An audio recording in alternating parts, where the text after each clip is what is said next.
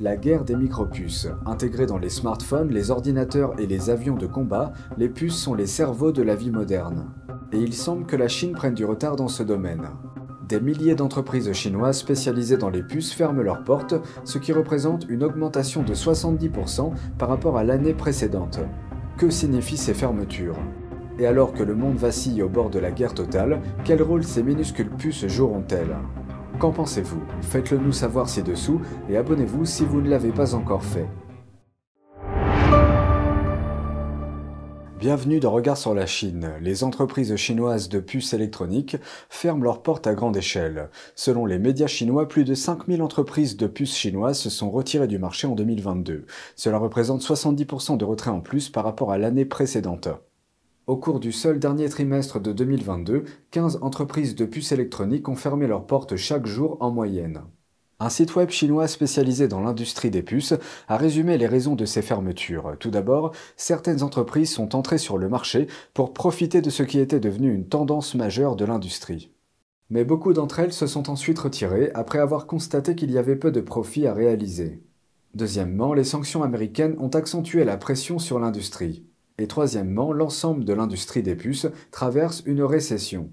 Selon un macroéconomiste taïwanais, la division du travail entre les différents pays rend également difficile pour la Chine de rester un acteur de premier plan sur le marché. L'ensemble du processus de production est divisé en plusieurs sections. Par exemple, la technologie optique provient d'ASML aux Pays-Bas. Les matériaux chimiques spéciaux viennent du Japon. Les mémoires à semi-conducteurs proviennent de Corée du Sud. La fabrication, l'emballage et les tests sont finalement réalisés à Taïwan, et les logiciels de conception des puces sont réalisés aux États-Unis. Selon Wu, la Chine n'a aucune chance de réussir dans l'industrie des puces sans travailler avec les États-Unis. Dans cette situation concurrentielle, la Chine doit coopérer avec les États-Unis et améliorer les relations sino-américaines avant de pouvoir développer l'industrie des semi-conducteurs. Cependant, Xi Jinping se bat maintenant contre les États-Unis et veut rivaliser pour le pouvoir mondial. Bien entendu, les États-Unis bloquent les entreprises chinoises dans le secteur des semi-conducteurs. L'administration Biden a ajouté le plus grand fabricant de puces de Chine, YMTC, à une liste noire commerciale en janvier. Et maintenant, près de 2 mois plus tard, la société a décidé de licencier 10% de ses effectifs. Ce week-end a été marqué par une visite à Taïwan, cette fois-ci beaucoup plus inhabituelle. Un groupe de responsables chinois est arrivé sur l'île samedi. C'est leur premier voyage là-bas en 3 ans depuis le début de la pandémie. Le gouvernement taïwanais a autorisé 6 responsables à visiter l'île et à assister au Festival des Lanternes à Taipei. Ils sont venus à l'invitation du gouvernement de la ville. Le groupe est dirigé par Li Xiaodong. Il est le chef adjoint de la branche de Shanghai du Bureau des affaires taïwanaises de la Chine. Leur arrivée a suscité des réactions. Environ une douzaine de militants pro-démocratie ont protesté devant l'aéroport, en criant des slogans comme « Taïwan et la Chine sont des pays distincts » et « Chinois, quittez les lieux ». À proximité, un autre groupe de supporters pro-Pékin les accueillait. Le Parti communiste chinois refuse de parler au gouvernement de Taïwan depuis 2016. C'est à cette date que la présidente Tsai Ing-wen a pris ses fonctions. Pékin la considère comme une séparatiste.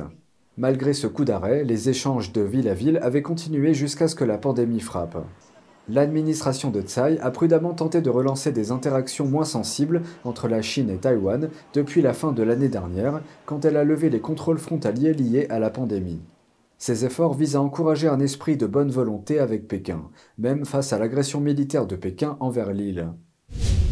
Après Wuhan et d'autres villes chinoises, les habitants de Shanghai descendent dans la rue. Ils protestent contre les changements apportés à leur politique locale d'assurance maladie.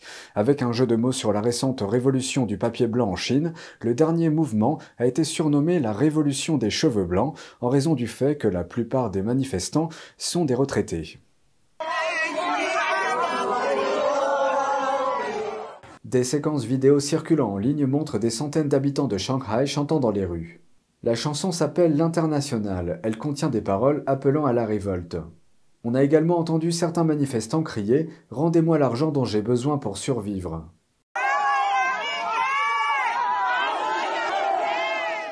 Dans plusieurs villes chinoises, les retraités voient leurs prestations médicales réduites.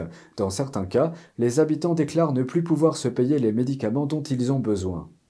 La semaine dernière, des dizaines de milliers de manifestants sont descendus dans les rues de Wuhan et de la ville de Dalian dans le nord de la Chine pour s'opposer à la réduction des prestations. L'Afrique du Sud effectue des exercices militaires conjoints avec la Russie et la Chine. Cette coopération a suscité des critiques au niveau national et a alarmé les alliés occidentaux.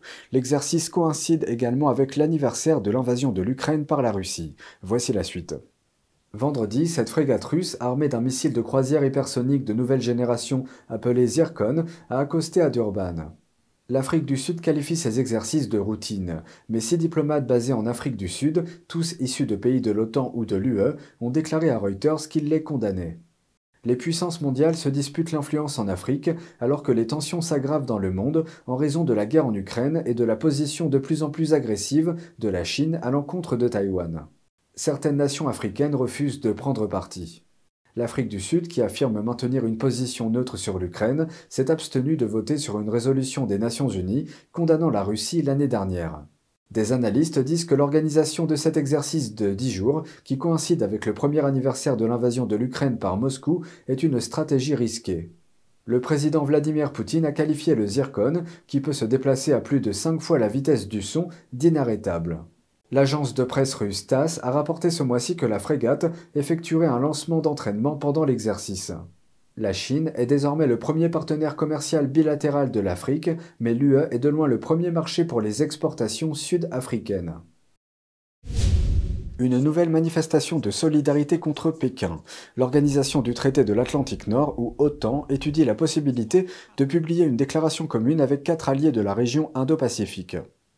L'OTAN compte une trentaine de membres d'Amérique du Nord et d'Europe, les États-Unis étant la force dominante.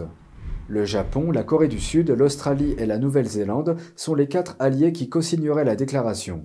Aucun n'est membre de l'OTAN. Le secrétaire général de l'OTAN, Jens Stoltenberg, a prévu de les inviter à un sommet cette année. Ce sommet est prévu en juillet en Lituanie. En juin dernier, les dirigeants des 4 pays ont participé à un sommet de l'OTAN, ce qui est une première historique. Revenons à la déclaration commune. Elle intervient alors que la plus grande alliance militaire du monde renforce sa dissuasion contre la Chine communiste. Le média japonais Nikkei a été le premier à révéler l'existence de cette déclaration, citant des responsables de l'OTAN. L'un d'eux a décrit la déclaration conjointe comme étant principalement un outil politique et de communication pour faire face aux menaces communes. Mais il a ajouté que c'était la première fois qu'elle était utilisée au plus haut niveau. Washington cherche depuis longtemps à montrer l'unité entre les démocraties du monde.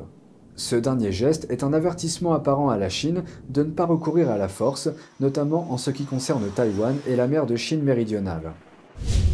Le Parti communiste chinois réagit à la position de l'OTAN. Voici ce que Pékin avait à dire sur la question. Selon un porte-parole de Pékin, le régime chinois s'oppose fermement à la position de l'OTAN qui considère la Chine comme une menace. Il a en outre exhorté les pays membres de l'OTAN à, je cite, « renoncer à se créer des ennemis imaginaires ». Voici ce que le chef de l'OTAN a déclaré plus tôt au sujet de la Chine et de la Russie. La Chine, mais aussi la Russie, augmentent leurs activités de renseignement et de surveillance contre les alliés de l'OTAN avec beaucoup de plateformes différentes. Cela souligne l'importance de notre vigilance. Les relations de la Chine avec l'Occident se sont largement dégradées ces dernières années. Aujourd'hui, l'incident du ballon espion chinois et son abattage par l'armée américaine a fait encore davantage déraper la diplomatie. C'est tout pour aujourd'hui, merci d'avoir suivi Regard sur la Chine. On se retrouve demain pour une nouvelle émission, prenez soin de vous et à bientôt.